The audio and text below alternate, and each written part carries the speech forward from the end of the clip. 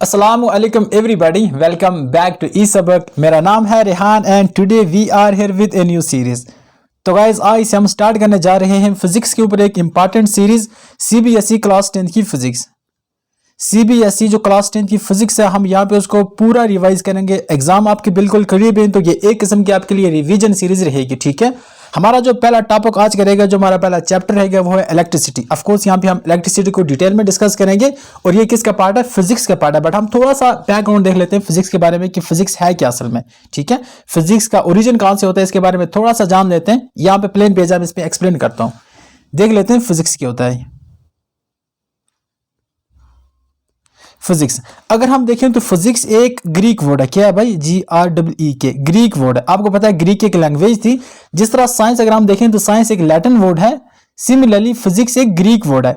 और ग्रीक में फिजिक्स को कहते हैं फ्यूजस। क्या कहते हैं, फ्यूजस, FUSIS। ठीक है बच्चों, ग्रीक लैंग्वेज में फिजिक्स को कहते हैं फ्यूजस। और जिसका क्या मतलब होता है, जिसका मतलब होता है नेचर और नेचुरल फिनोमेना। अगर आपको कोई पूछता है कि भाई यहाँ फिजिक्स किस लैंग्वेज का वर्ड है, तो आप बोलोगे सर फिजिक्स जो है वो ग्रीक लैंग्वेज का वर्ड है। और ग्रीक में फिजिक्स को फ्यूजस कहते हैं, जिसका मतलब है nature and natural phenomena. Nature के बारे में स्टडी करना, नेचर को डिस्कस करना, इससे भी में आ जाता है फिजिक्स आ जाता है। ठीक है, अब जो फिजिक्स है वो डिवाइड की गई है डिफरेंट ब्रांचेस में। मैं कुछ इंपॉर्टेंट मोटी मोटी ब्रांचेस पढ़ लेता हूँ। ठीक है ना, जिस तरह आप पढ़ते हो ऑप्टिक्स पढ़ते हो, ऑप्टिक्स में आप क्या स्टडी करते हो, मोस्टली ऑप्टिक्स में आप स्टडी करते हो लाइट के बारे में। जिस तरह आपका फर्स्ट यूनिट है लाइट एंड इट्स प्रॉपर्टी, जो है light reflection and reflection, refraction reflection, light इसमें अच्छी तरह से डिस्कस की जाती है। किसमें, ऑप्टिक्स में हमारा फोकस रहता है लाइट के ऊपर। लाइट में हम क्या पढ़ते हैं, रिफ्लेक्शन पढ़ते हैं, रिफ्रैक्शन पढ़ते हैं। ठीक है, उसके बाद डिस्पर्शन पढ़ते हैं। उसके बाद जो भी अदर इंपॉर्टेंट फिनोमेना है लाइट का, वो हम किस में स्टडी करने की कोशिश करते हैं, वो हम पढ़ते हैं ऑप्टिक्स में। ठीक है, उसके बाद अगर हम देखें तो दूसरा आ जाए थर्मोडायनामिक्स।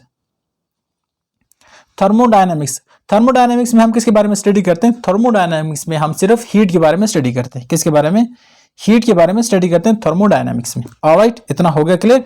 अगर हम तीसरा पॉइंट देखें तो इसमें अगर हम यूनिवर्स के बारे में डिस्कस करें तो यूनिवर्स की ब्रांच को कहते हैं कॉस्मोलॉजी। क्या कहते हैं, कॉस्मोलॉजी।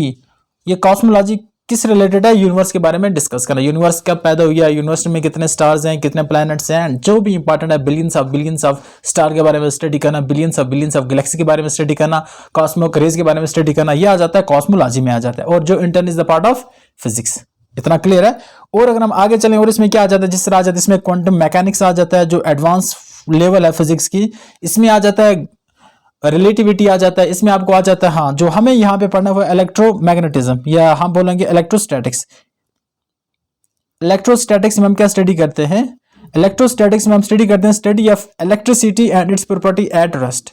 ठीक है ना, जो यहाँ पे हम इलेक्ट्रोस्टैटिक्स में स्टडी करते हैं। ठीक है, अगर फिजिक्स में बात करें तो मोशन को भी डिस्कस करते हैं, तो study of motion is called kinematics. क्या कहते हैं, काइनेमैटिक्स। ये काइन मास्टर नहीं है, ये काइनेमैटिक्स है। इतना हो गया क्लियर आपको। तो ये था कुछ जनरल इंट्रोडक्शन फिजिक्स के बारे में। आई होप आपको पता चला होगा। हमारा जो टारगेट रहने वाला है यहाँ पे वो है इलेक्ट्रोस्टैटिक्स के ऊपर। हम इलेक्ट्रोस्टैटिक्स के ऊपर यहाँ पे ज्यादा टारगेट अपना देंगे। ऑलराइट, तो चलिए स्टार्ट करते हैं विद आवर टॉपिक। ठीक है, यहाँ पे आप देख सकते हैं ऑलरेडी नोट्स बने हुए हैं। अगर आपको चाहिए तो आप हमें कमेंट कर सकते हैं, आपको प्रोवाइड किए जाएंगे। इलेक्ट्रिसिटी, ठीक है ना, देखें तो ये किस में आ जाता है, यहाँ पे आप देखेंगे इलेक्ट्रोस्टैटिक्स। और ये है study of electricity at rest. Electricity और इसकी प्रॉपर्टीज को स्टडी करना एट रेस्ट, उसको क्या बोलेंगे हम, इलेक्ट्रोस्टैटिक्स बोलेंगे। इतना क्लियर है। अब इलेक्ट्रिसिटी होता है क्या, इसको भी लगे हाथों पढ़ लेते हैं।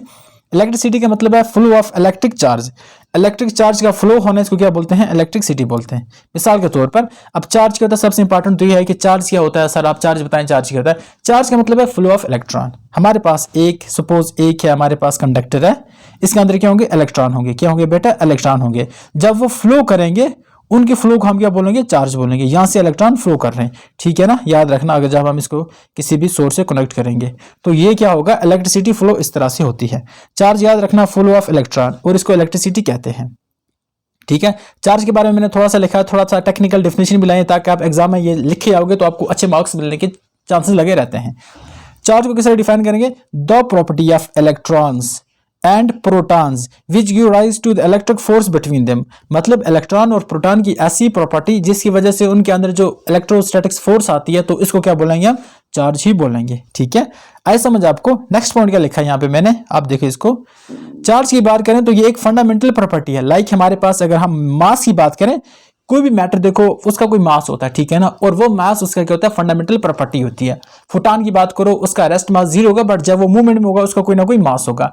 कोई भी दुनिया में कोई भी चीज ले लो, उसका कुछ ना कुछ मास है, ठीक है ना, और उस मास उसकी क्या फंडामेंटल प्रॉपर्टी है। सिमिलरली दुनिया में जो भी चीजें उसमें क्या होता है, उसमें चार्ज होती है। क्यों चार्ज होती है बेटा? क्योंकि दुनिया में जो भी चीज है वो बनी है एटम से, और एटम का अगर एटॉमिक लेवल देखें तो वो इलेक्ट्रॉन, प्रोटॉन और न्यूट्रॉन की कॉम्बिनेशन से बनता है। ठीक है, तो हम कह सकते हैं कि सर जो भी चीज बनी है वो इलेक्ट्रॉन और प्रोटॉन से बनी है, और इलेक्ट्रॉन और प्रोटॉन होते हैं, इनमें चार्ज होती है, तो इस वजह से क्या है, चीजें चार्ज हो जाती हैं। इतना हो गया क्लियर? आगे चलते हैं, देख लेते हैं। इससे पहले मैं डिस्कस कर लेता हूं। आपको पता है हमारे पास एक स्ट्रक्चर आया था एटम का। एटम किसने बोला था कि जो भी मैटर है, every matter is made up of atom. तो ये सबसे पहले बोला था डाल्टन ने बोला था। किसने बोला था? डाल्टन ने बोला था। डाल्टन भैया ने सबसे पहले बोला था कि every matter is made up of atoms. तो अगर हम उसके बाद जब फर्दर स्टडी की गई तो हमने क्या देखा कि जो एटम होता है ना, उसमें क्या होते हैं, अंदर अगर हम देखें तो उसमें होते हैं प्रोटॉन जो होते हैं पॉजिटिवली चार्ज, और बाहर होते हैं इलेक्ट्रॉन्स होते हैं। ठीक है, इलेक्ट्रॉन्स होते हैं। आपको कॉम्बिनेशन ये एग्जैक्ट यहाँ पे लिखने की जरूरत नहीं है, क्योंकि मैं आपको यहाँ पे सिर्फ समझा रहा हूँ, वरना फर्स्ट सेल में कहते हैं कि एलिमेंट, पहली सेल में कितने होते हैं, सेकंड में कितने होते हैं, थर्ड में कितने, ये अलग है। 2 है, ये अलग कंसेप्ट है। फिलहाल मैं यहाँ पे आपको बता रहा हूँ। मिसाल के तौर पर हमारे पास एक एटम है, उसका जो न्यूक्लियस होगा उसके अंदर क्या होंगे, प्रोटॉन होंगे। याद रखना, जो प्रोटॉन होते हैं वो अंदर होते हैं, न्यूक्लियस के अंदर होते हैं, और जो इलेक्ट्रॉन होते हैं वो ऑन दी सरफेस पे घूमते रहते हैं, जो इनको कहते हैं शेल्स में घूमते रहते हैं। यहाँ पे इलेक्ट्रॉन घूमते रहेंगे इसके बाहर। ठीक है ना, इसके अंदर जो फोर्स है, याद रखना, ये इलेक्ट्रोस्टैटिक्स फोर्स है। ठीक है, यहाँ बोल सकते हैं इसमें क्या होता है, अट्रैक्शन की फोर्स है, और ये जो घूम रहे हैं ना, इसकी वजह से कहते हैं, देखो जब ये इलेक्ट्रॉन जिनमें जो अट्रैक्शन होती है उसको क्या बोलते हैं, सेंट्रीपिटल फोर्सेस, और ये इसके इर्द गिर्द जो घूमना कहते हैं इसको क्या बोलते हैं, सेंट्रीफ्यूगल फोर्सेस। इतना हो गया क्लियर अच्छी तरह से? ठीक है, आ जाते हैं। हमारे किसी भी एटम के अंदर न्यूक्लियस होता है, न्यूक्लियस के अंदर क्या होते हैं, प्रोटॉन होते हैं। ठीक है ना, और बाहर क्या होते हैं, इलेक्ट्रॉन होते हैं। हो गया ना? अगर नंबर ऑफ प्रोटॉन बराबर होगा नंबर ऑफ इलेक्ट्रॉन के, तो हम बोलेंगे वो एटम इलेक्ट्रिकली न्यूट्रल है। क्या है? न्यूट्रल है। चार्ज तो है, बट चार्ज का ओवरऑल जो आउटपुट आएगा वो 0 के बराबर आएगा। याद रखना, इस तरह नहीं है कि वो 0 चार्ज कुछ भी नहीं। हाँ, चार्ज होती है, बट वो क्या हो जाते हैं, कैंसिल ईच अदर कर देते हैं। जब नंबर ऑफ इलेक्ट्रॉन किसके बराबर होंगे, नंबर ऑफ प्रोटॉन के बराबर होंगे। याद रखना। अगला केस ले लेते हैं। क्या होता है, हमारे पास एक एटम है, उसका एक न्यूक्लियस है, न्यूक्लियस के अंदर क्या है, प्रोटॉन है। ठीक है, सपोज हमारे पास अंदर कितने हैं, 3 प्रोटॉन है, और बाहर अगर हम देखें तो बाहर कितने इलेक्ट्रॉन है, 5 इलेक्ट्रॉन है। नंबर ऑफ प्रोटॉन कितने हैं, 3। नंबर ऑफ इलेक्ट्रॉन कितने हैं, 5। तो यहां पे देखोगे नंबर ऑफ इलेक्ट्रॉन ज्यादा है, नंबर ऑफ प्रोटॉन कम है। ठीक है, तो इसमें क्या देखा, एक इससे पहले मैं बता देता हूं, जो प्रोटॉन होते हैं वो पॉजिटिवली चार्ज होते हैं, जो इलेक्ट्रॉन होते हैं वो नेगेटिवली चार्ज होते हैं। तो ओवरऑल इस एटम में जो चार्ज डेवलप होगी वो 5 में से 3 निकालो तो -2 आएगा। नहीं, 3 में से 2 निकालो, मतलब -2 इलेक्ट्रॉन 2 जाता है। तो इसका क्या मतलब है, इस पे ओवरऑल चार्ज कौन सी आएगी, इस पे ओवरऑल चार्ज इलेक्ट्रॉन की आएगी, मतलब नेगेटिव चार्ज आएगी। ठीक है ना, अगर नंबर ऑफ इलेक्ट्रॉन ज्यादा होंगे तो नेगेटिव चार्ज बनेगी, अगर नंबर ऑफ प्रोटॉन ज्यादा होंगे तो पॉजिटिव चार्ज बनेगी, और number of electron is equal to number of proton, तो क्या वहां पे इलेक्ट्रिकली न्यूट्रल हो जाएगा, चार्ज कैंसिल कर देगी। आप ऐसा भी नहीं बोल सकते नहीं सर वहां पे बिल्कुल चार्ज नहीं है ना, चार्ज कैंसिल करके ओवरऑल उसने अपने आप को स्टेबल या न्यूट्रल क्या कर दिया, उसको न्यूट्रल बना दिया है। एक और मिसाल दे देता हूं आपको। हमारे पास यह है एटम कोई भी, इसके अंदर है न्यूक्लियस, न्यूक्लियस के अंदर क्या है, प्रोटॉन है। ठीक है, क्या है, प्रोटॉन है। सपोज अंदर जो है वो है प्रोटॉन की नंबर अगर देखें तो वो 6 है, और बाहर इलेक्ट्रॉन देखें तो इलेक्ट्रॉन कितने हैं, इलेक्ट्रॉन की बात करें तो इलेक्ट्रॉन है नियर अबाउट 4। ठीक है ना, तो देखो यहाँ पे प्रोटॉन 2 जाते हैं। ठीक है ना, प्रोटॉन की चार्ज क्या होती है बेटा, प्रोटॉन की चार्ज होती है पॉजिटिव। तो हम बोल सकते हैं सर ये जो हमारे पास एटम है ना, ये इलेक्ट्रिकली न्यूट्रल नहीं है, बट इसके चार्ज है और है ये +2 चार्ज है। ठीक है ना, +2 कॉलम चार्ज बोल सकते हो, इसके ऊपर इतनी चार्ज है। ठीक है, ये कंसेप्ट आए समझ आपको। तो यहाँ पे मैंने यही लिखा है। अगर हम देखें तो ये तो क्या लिखा है यहाँ पे, पॉजिटिव चार्ज क्या होती है, हमने टाइप्स ऑफ चार्जेस पढ़ी, एक होता है पॉजिटिव चार्ज, एक होता है negative charge. Okay, positive charge की बात करें तो नंबर ऑफ प्रोटॉन ज्यादा होंगे नंबर ऑफ इलेक्ट्रॉन से। आई होप इसमें कोई टेंशन वाली बात नहीं है, सबको आगे समझ, आपत्ति नहीं होना चाहिए आपको। नेगेटिव चार्ज की बात करें तो नंबर ऑफ इलेक्ट्रॉन ज्यादा होंगे नंबर ऑफ प्रोटॉन से। हो गया ना, और इलेक्ट्रिकल न्यूट्रल का आपको पता चल गया। ठीक है, आगे चलने से पहले एक और मैं आपको चीज बता देना चाहूंगा कि देखो चार्ज है ना बेटा, CHARGE, चार्ज को हम डिनोट करते हैं क्यू से, बट इसका जो SI यूनिट है वो है कोलम्ब। क्या है, चार्ज के बारे में बहुत ज्यादा डिस्कस स्टडी करने वाले, डीपली स्टडी करने वाले एक साइंटिस्ट थे जिसका नाम था कोलम, और उनको ऑनर करने के लिए, उनको रिस्पेक्ट देने के लिए इसके एसआई यूनिट का नाम क्या रखती है, कॉलम्स नाम रखती है। इतना याद रखना, ठीक है ना। तो चार्ज किसके बराबर है बेटा, चार्ज डिनोट करती है कॉलम को, किसको, सॉरी चार्ज क्या डिनोट करता है, चार्ज को, और इसका एसआई यूनिट आएगा कॉलम आएगा, ठीक है। अब चार्ज होता क्या, मैंने आपको बताया था, हमारे पास अगर एक पास, सॉरी थोड़ा डिले हो रहा है, हमारे पास अगर एक कोई भी मेटल है, कोई भी कॉपर मेटल ले लो, सिल्वर मेटल ले लो, अल्युमिनियम का मेटल ले लो, हमें पता है इसके अंदर क्या होते हैं, इलेक्ट्रॉन होते हैं, ठीक है ना, इलेक्ट्रॉन होते हैं। जब इलेक्ट्रॉन मूवमेंट करते हैं, जब उनको हम एक्सटर्नल वोल्टेज अप्लाई करते हैं, तो यहाँ पे चार्ज प्रोड्यूस होती है, मतलब ये चार्ज होते हैं, फ्लो करना शुरू कर देते हैं, ठीक है ना। तो अब चार्ज को हम लिख सकते हैं, चार्ज किसके बराबर है भाई, चार्ज बराबर है नंबर ऑफ इलेक्ट्रॉन के। किसी भी मेटल के अंदर या किसी भी कंडक्टर के अंदर कितने नंबर ऑफ इलेक्ट्रॉन है, हम उसको क्या बोलेंगे, उसके ऊपर इतनी चार्ज है। इतना आगे समझ आपको। कुछ इंपॉर्टेंट प्रॉपर्टीज को भी डिस्कस कर लेते हैं, इसकी क्या क्या इंपॉर्टेंट प्रॉपर्टीज है। स्टार्ट करते हैं प्रॉपर्टीज ऑफ इलेक्ट्रिक चार्ज, ठीक है। इलेक्ट्रिक चार्ज की क्या क्या इंपॉर्टेंट प्रॉपर्टीज हैं। फर्स्ट प्रॉपर्टी क्या होती है, सिंपल आपको पता है, चार्जेस होती हैं वो अट्रैक्ट करती हैं नहीं, वो रिपेल करती हैं, और अनलाइक चार्जेस अट्रैक्ट करती हैं, ठीक है ना। मैंने लिखा नहीं है यहाँ पे, बोलना इस तरह लिख देना। अगर हम लाइक चार्जेस की बात करें तो ये रिपेल करती हैं, और अनलाइक चार्जेस अट्रैक्ट करती हैं। इसको आसानी से समझाने के लिए मैं क्या करूंगा, आपको मैं एग्जांपल देना चाहूंगा यहाँ पे मैग्नेट की, ठीक है ना। हमें पता है हमारे पास अगर ये एक मैग्नेट है, मैग्नेट के दो पोल हैं भाई, एक है नॉर्थ पोल, एक है साउथ पोल, ठीक है। ये वाला पोल बन जाता है नॉर्थ पोल, ठीक है। यहाँ पे इसको मैं थोड़ा सा पेंट कर देता हूँ, ये बन जाता है नॉर्थ पोल, और ये जो वाला पोल बन जाता है, ये बन जाता है साउथ पोल। इतना हो गया क्लियर, ठीक है। एक और मैग्नेट यहाँ पे मैं ड्रा करने की कोशिश करूंगा, एक और ले लो, ये हो गया एक और मैग्नेट। आराम से करेंगे, समझ से करेंगे। यहाँ पे ये पोल, सपोज अगर ये नॉर्थ पोल है, ठीक है, अगर नॉर्थ पोल को नॉर्थ पोल के मैं करीब लाऊंगा, रेड डिनोट करता है नॉर्थ को, तो ये करेंगे रिपेल करेंगे, ये एक इस तरफ भागेगा, ठीक है ना। अगर नॉर्थ को मैं नॉर्थ के करीब लाऊंगा तो क्या करेगा, ये रिपेल करेगा। और यहाँ पे कौन सा पोल है, यहाँ पे साउथ पोल है, ठीक है। मैं लिख दूं यहाँ पे, ओके, यहाँ पे नॉर्थ, यहाँ पे साउथ है, रेड वाला नॉर्थ है, और ये नॉर्थ को करीब लाऊंगा तो ये एक दूसरे से क्या करेंगे, रिपेल करेंगे। अच्छा, अगर मैं उल्टा कर देता हूं भाई, अगर मैं क्या कर देता हूं, अगर मैं इसको उल्टा कर देता हूं, अगर मैं यहाँ पे अब लाता हूं साउथ वाला पोल, यहाँ पे मैं क्या लाता हूं, इसको उल्टा करके मैंने साउथ वाला कर दिया, तो यहाँ पे अट्रैक्शन होगी, क्या होगी, यहाँ पे अट्रैक्शन होगी। सिमिलरली चार्जेस में भी यही होता है भाई, यही मैकेनिज्म फॉलो किया जाता है। अगर आप पॉजिटिव चार्ज को पॉजिटिव चार्ज के करीब लाओगे तो ये एक दूसरे से दूर भागेंगी, अगर पॉजिटिव चार्ज को नेगेटिव चार्ज के करीब लाओगे तो ये अट्रैक्ट करेंगी, और सिमिलरली अगर आप नेगेटिव चार्ज को नेगेटिव चार्ज के करीब ला रहे हैं तो भाई ये भी एक दूसरे से रिपेल करेंगी, अट्रैक्ट नहीं करेंगी बल्कि क्या करेंगी, रिपेल करेंगी। तो ये एक इंपॉर्टेंट प्रॉपर्टी थी किसकी, मेटल्स की, किसकी प्रॉपर्टी थी, ये चार्ज की एक इंपॉर्टेंट प्रॉपर्टी थी। दूसरी अगर हम प्रॉपर्टी देखें तो जो चार्ज है वो सेक्युलर क्वांटिटी है, ठीक है, मतलब चार्ज जो है वो एक सेक्युलर क्वांटिटी है। अब सेक्युलर का क्या मतलब है, इसमें सिर्फ मैग्नीट्यूड है भाई, इसमें सिर्फ मैग्नीट्यूड है, इसमें कोई डायरेक्शन नहीं है, DIRECTIO, कोई भी डायरेक्शन नहीं है, बिल्कुल चार्ज की कोई डायरेक्शन नहीं है, बट इसका मैग्नीट्यूड होता है। अब मैं आपको एक मिसाल से यहाँ पे समझाने की कोशिश करूंगा कि ये होता क्या है। देखो सिंपल एक चीज ले लेते हैं, आपको पता है ना कि आप जब ट्रेवल करते हो, डिस्टेंस ट्रेवल करते हो, सपोज आपको जाना है किसी दुकान पे जाना है, तो आपका रास्ता ये है, ठीक है ना, आपको यहाँ पे जाना था या आपको यहाँ पे जाना था, ठीक है, यहाँ पे जाना था, यहाँ से लेकर यहाँ तक, ठीक है। A से B तक जाने के लिए आपको क्या करना पड़ा, ये पूरा पाथ को फॉलो करना पड़ा।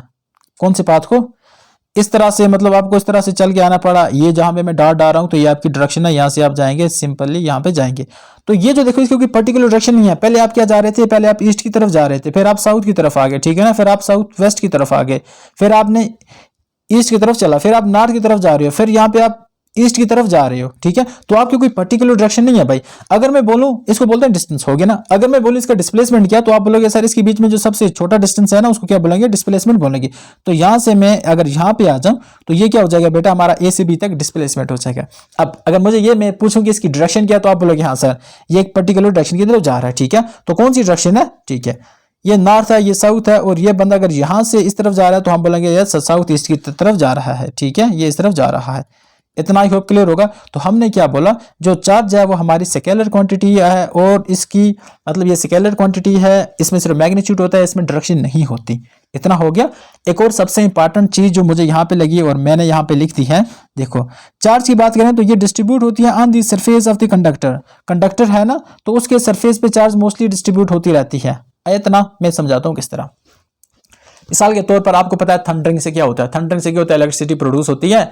और मोस्टली जो विज्ञान लोग होते हैं वो क्या कहते हैं कि अगर आपके पास कोई भी गाड़ी है तो मोस्टली आप गाड़ी के अंदर बैठे हैं, ठीक है। गाड़ी मुझे बनाने नहीं आई, I am sorry for that. एक डब्बा बना लेता हूँ, ये हमारी गाड़ी है, ठीक है। आपको क्या करना है, इसके अंदर रहना है। आपको क्या करना है भाई, इसके अंदर रहना है, ठीक है। ऐसे क्या होगा, फॉर एग्जांपल यहाँ पे अगर कड़ाके के ऊपर गिर दिया, क्या गिरती है, अगर ये लाइट गिरती है, ऊपर से लाइट गिरती है, तो जो चार्ज होगा वो डिस्ट्रीब्यूट हो जाएगी ऑन द सरफेस, ठीक है। और ये यहाँ पे अर्थिंग हो जाएगी चार्ज की, तो आप अंदर सेफ रहोगे। ये इंपॉर्टेंट है, इसलिए दरख्तों के नीचे मत जाना, क्योंकि दरख्त नीचे तक कंडक्ट करते हैं। वो क्या होते हैं, वो नीले नीले बोले तो मतलब वो हरे होते हैं, उनके अंदर रस होती है अच्छी तरह से जो कंडक्ट कर लेती है। तो अगर आप गाड़ी के अंदर हो तो अंदर नहीं है इसका इफेक्ट आएगा, क्योंकि जो चार्ज होती है वो on the surface of a conductor distribute हो जाती है। तो ये एक इंपॉर्टेंट था मुझे समझाने के लिए, इसलिए मैंने आपको इसकी मिसाल दी। आई होप ये समझ आया होगा। नेक्स्ट पॉइंट है जो यहाँ पे मैंने लिखा है, तो वो होता है ना, चार्ज होता है वो कंजर्व्ड होती है। क्या होती है, कंजर्व्ड।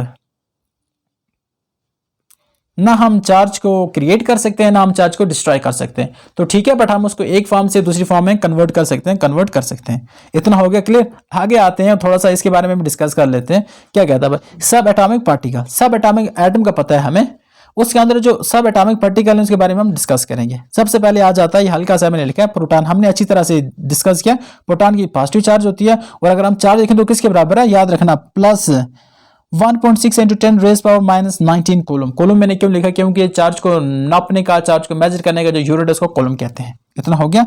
अब प्रोटॉन को किसने डिस्कवर किया था, रदरफोर्ड ने। रदरफोर्ड ने दो काम किए भाई, एक तो उसने प्रोटॉन को डिस्कवर किया, दूसरा उसने न्यूक्लियस को डिस्कवर किया है। दोनों याद रखना। कब डिस्कवर किया गया, इस भैया ने किया था 1909 में, रदरफोर्ड भैया ने किया प्रोटॉन को डिस्कवर इन द ईयर 1909 में। हो गया इतना क्लियर, ठीक है।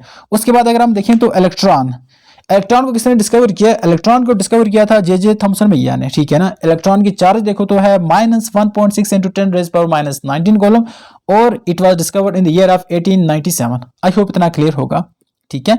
एक की पॉजिटिव चार्ज, दूसरी की नेगेटिव चार्ज। जो तीसरा है वो क्या है, उसको भी देख लेते हैं। तीसरा है न्यूट्रॉन, ठीक है ना। न्यूट्रॉन की चार्ज देखें तो वो इलेक्ट्रिकली न्यूट्रल होता है, चार्ज क्या होता है उसकी जीरो होता है, इलेक्ट्रिकली न्यूट्रल होता है। इसको डिस्कवर करने वाले थे जेम्स कैडविक, और ये हुई थी 1932 में इसकी डिस्कवरी हुई थी। आई होप इतना क्लियर होगा। सब एटॉमिक पार्टिकल आपको आए समझ अच्छी तरह से। आगे चलें, चलो ठीक है। ऑलराइट गाइस, अब अगला हमारा कंसेप्ट क्या बन जाता है भाई, हाँ हमने क्या देखा कि कुछ पर्टिकुलर ऐसे मटेरियल्स हैं, कुछ पर्टिकुलर सब्सटेंसेस हैं जो जिनसे इलेक्ट्रिक करंट फ्लो करता है। मिसाल के तौर पर अगर आप वुड की बात करो, क्लॉथ्स की बात करो, रबर की बात करो, प्लास्टिक की बात करो, प्लास्टिक, अच्छा वो मैंने एक मीम देखी थी ना, बोलती है प्लास्टिक भैया प्लास्टिक ले लेना, तो प्लास्टिक इस तरह मेरे मुंह पे ये पक चुका है, असल में ये प्लास्टिक है नॉर्मल। तो हमने क्या देखा, हाँ सॉरी मैंने इसको मिटा दिया। हमने क्या देखा, एक वुड हमारे पास थी, एक प्लास्टिक हमारे पास था, एक हमने फाइबर देखा, फाइबर नहीं रबर बोलेंगे, एक हमने और क्या देखा हमारे पास, फाइबर, रबर और जो भी चीजें हैं क्लोथोस, ठीक है ना। हमने क्या देखा, यहाँ से इलेक्ट्रिसिटी नहीं जाती, मतलब अगर इनको हम क्या करेंगे, इनको एज ए कंडक्टर यूज करेंगे तो ये नहीं करेंगे कंडक्टर, ठीक है ना। इसके बरक्स हम क्या देखते हैं भाई, इसके बरक्स हम देखते हैं यहाँ पे हमारे पास आयरन है, हमारे पास कॉपर है, हमारे पास अल्युमिनियम है, हमारे पास सिल्वर है। Au सिल्वर होता है, Ag चलो Au या Ag सिल्वर होता है। तो हम देखें तो ये गुड कंडक्टर ऑफ इलेक्ट्रिसिटी। ऐसा क्या बात है भाई, क्या बात है भैया, ठीक है ना। दो बातें याद रखना, ठीक है ना। इनको हम क्या कहते हैं, इनको हम कहते हैं कंडक्टर कहते हैं, और इनको हम क्या कहते हैं, इंसुलेटर कहते हैं। एक तीसरी प्रॉपर्टी ये होती है, उसे कहते हैं सेमीकंडक्टर। अभी यहाँ पे डिटेल में पढ़ते हैं उसके बारे में। Don't worry, I am with you and I will teach you each and everything. Alright, conductor के बारे में स्टडी करते हैं। कंडक्टर क्या होते हैं, आपको आती है डेफिनेशन, ठीक है, मेरे साथ दोहराओ। कंडक्टर आर दो substances which can allow the flow of electricity from them, ठीक है ना। कंडक्टर वो सब्सटेंसेस होती हैं जिसके जरिए क्या होता है, इलेक्ट्रिसिटी फ्लो हो जाती है। अब इलेक्ट्रिसिटी फ्लो क्यों होती है भाई, ये तो सबसे इंपॉर्टेंट है। हमने क्या कहा कि इलेक्ट्रिसिटी, इलेक्ट्रिक चार्ज की बात करें, it is the flow of electron. अगर किसी भी एटम के ऊपर या किसी भी एटम में किसी भी सब्सटेंस में फ्री इलेक्ट्रॉन्स हैं, तो फ्री इलेक्ट्रॉन की वजह से वहां पे इलेक्ट्रिसिटी फ्लो करेगी। फ्री इलेक्ट्रॉन की वजह से वहां पे क्या करेगी, इलेक्ट्रिसिटी फ्लो करेगी। इतना क्लियर आपको, आई होप इतना क्लियर होना चाहिए। किसी भी एटम में, किसी भी सब्सटेंस में अगर इलेक्ट्रिसिटी मूव कर रही है, it's because the substance must have the free electrons. तो फ्री इलेक्ट्रॉन की वजह से वहां पे इलेक्ट्रिसिटी फ्लो हो रही है, ठीक है। और यहाँ पे देखें तो यहाँ पे जो रेजिस्टेंस होती है वो मिनिमम होगी, ठीक है, मिनिमम रेजिस्टेंस होगी, जिसकी वजह से वहां पे एनर्जी फ्लो कर रही है, इलेक्ट्रिसिटी फ्लो कर रही है। और आप ये लिख सकते हो सर, कंडक्टर में इलेक्ट्रिसिटी इसलिए फ्लो करती है क्योंकि एक तो वहां पे रेजिस्टेंस कम है, रेजिस्टेंस आर से डिनोट करते हैं ना, रेजिस्टेंस लो है, और दूसरा अगर हम देखें तो फ्री इलेक्ट्रॉन्स ज्यादा हैं। जितने ज्यादा फ्री इलेक्ट्रॉन्स होंगे और इतनी ज्यादा क्या होगी, एनर्जी वहां पे फ्लो करेगी। दूसरा हमने क्या देखा, एक तो फ्री इलेक्ट्रॉन, एक रेजिस्टेंस, ठीक है, इतना हो गया, बस 2 काफी है। इंसुलेटर की बात करें ना, तो इनके पास फ्री इलेक्ट्रॉन्स होंगे, अगर होंगे तो बहुत ही कम होंगे। मिसाल के तौर पर हम 2 इंसुलेटर को रब करेंगे, वहां पे उनकी सरफेस पे चार्ज आ जाएगी, बट वो कम टाइम के लिए होगी, तो उसका कोई ज्यादा फायदा नहीं है, उनके अंदर से पास नहीं होगी। रीजन क्या रहेगा उनके अंदर से पास ना होने का, क्योंकि उनके पास फ्री इलेक्ट्रॉन ज्यादा मात्रा में अवेलेबल नहीं है, तो वहां से नहीं होगी।